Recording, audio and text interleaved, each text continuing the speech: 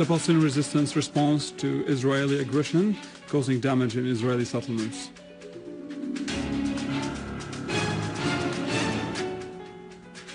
And the Syrian Arab Armed Forces target terrorists in several areas and restore security in Sheikh Said in Aleppo.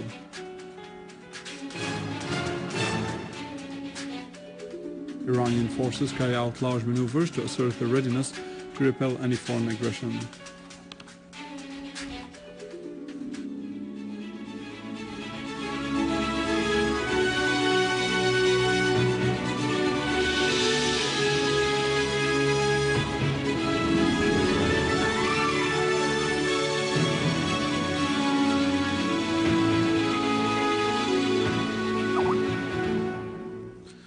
Good afternoon.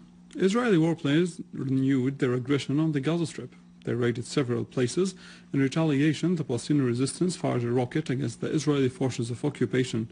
This created panic among the Zionist settlers. The rocket fell in the settlement of Natioft and to the east of Gaza, causing considerable damage in the electric network there. The Israeli aggression led to the death of more than 6 Palestinian martyrs and the wounding of 40 others during the past 2 days. Patriarch Kirill of Moscow and Theopolis III of Jerusalem of the Orthodox Church held a Mass last night praying for peace in the Middle East.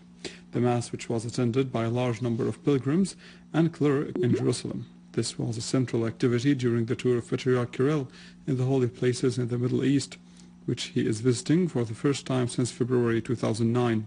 The Patriarch had visited the Church of Nativity in Bethlehem, where he held a Mass.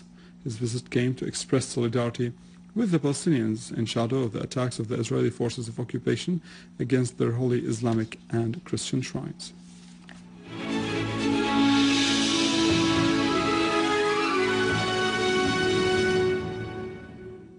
The People's Committees in al-Yarmouk camp said that the armed terrorist groups are taking advantage of shedding the Palestinian blood, using it in their war against Syria. In a statement, the People's Committee said that the terrorist group's persistence to bombard the Palestinian camp necessitates a firm stance by the Palestinian factions against those groups and those Arab regional and international parties who support them. Terrorists had bombarded the camp by mortar shells yesterday, killing and injuring many people. The Palestinian factions also called for a quick, clear and a firm stance to expose the conspiracy of displacing Palestinian refugees, forcing them out of their camps, dealing a blow to the right of return. The Syrian Arab Armed Forces continue their national task of purging the city of Deir ez-Zor and its countryside from terrorist groups, which created panic and chaos.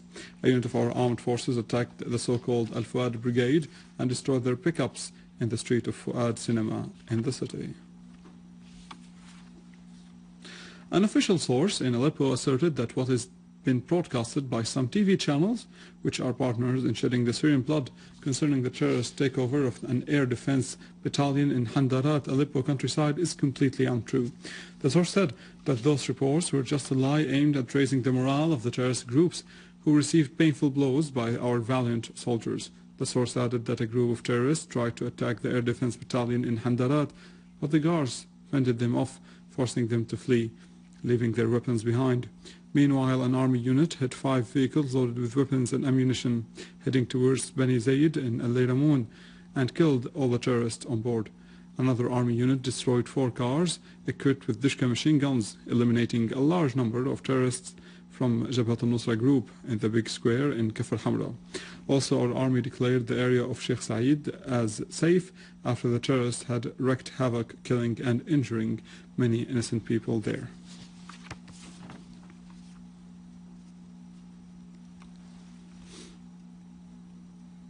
Within the framework of targeting national potentials, an armed terrorist group assassinated director of the industrial city of Hesya, Engineer Khalid Saad Azzuddin, along with engineer Yusuf Ibrahim Tlas and the driver Yusuf Mahmoud Tlas, near Qadish gas station in Homs. Russia asserted today that it supports settling the crisis in Syria peacefully by the Syrians themselves and without any foreign military intervention. Russian Foreign Ministry spokesperson Alexander Lukashevich said that the main issue for his country is to know how far the Syrian opposition is ready to work on the basis of resolving the crisis by the Syrians themselves, without a foreign military intervention through dialogue and within the framework of Geneva Convention. Lukashevich added that Russia starts from the principle that anyone who thinks of modernizing Syria democratically, respecting its sovereignty, independence and territorial integrity, should comply with the UN Security Council's resolution and the final communique of the Geneva meeting. Syrian citizens met their Russian friends in Moscow. In a stand of solidarity with their homeland, the stand was called for by the National Union of Syrian Students in Russia and the Russian Organization of Anti-Globalization in coordination with the Syrian community in the Russian Federation. They denounced foreign intervention and the terrorist explosions in Syria. They raised Syrian flags and greeted the Syrian army, also expressing support for Syria under the leadership of President Bashar al-Assad, pointing out that the Wahhabi oil sheikhdoms in the Gulf and Turkey, supported by the imperialists of Europe and America, were standing and sending mercenaries from around the world to destroy Syria and to massacre the citizens. They expressed gratitude for Russia's noble attitude of supporting the principles of right and justice in Syria.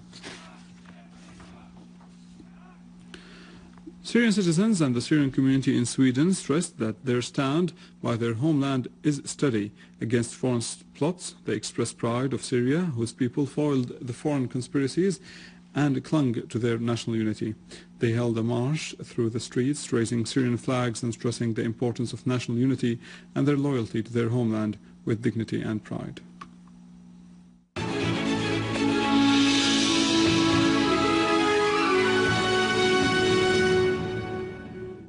The leader of the Iranian Revolutionary Guard, Brigadier General Amir Ali Hajizadeh, stressed that an American drone tried to enter into the Iranian airspace last week. The drone was attempting to carry out an espionage mission and gather information related to oil fields and the movements of oil tankers. The Iranian official pointed out that the air defense systems carried out the required procedures in a timely manner, affirming that Iran will not go easy when it comes to its national interests.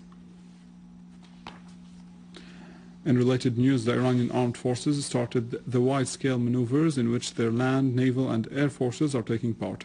The maneuvers are called the Guardians of the State No. 5. This came to confirm the readiness of the Iranian forces to repel any foreign aggression. The units of the Iranian armed forces spread in the eastern part of the country, starting large-scale maneuvers which are being done in cooperation with the Islamist Revolutionary Guards and the popular forces in 8 governorates. In Yemen, the oil pipeline stopped supplying oil through the main export pipeline after being blown up in 2 different locations. A governmental source said that armed men blew up the main pipeline, which supplies the crude oil to the main exporting port on the Red Sea. Ubaida Valley, west of Yemen, the Ma'rib pipeline supplies 110,000 barrels of light crude oil per day before it has been a target of several attacks. With this, we conclude our news for today. Stay with us. After the break, Denise has the latest in economy. For more details, you can visit our website in English, www.syriaonline.sy.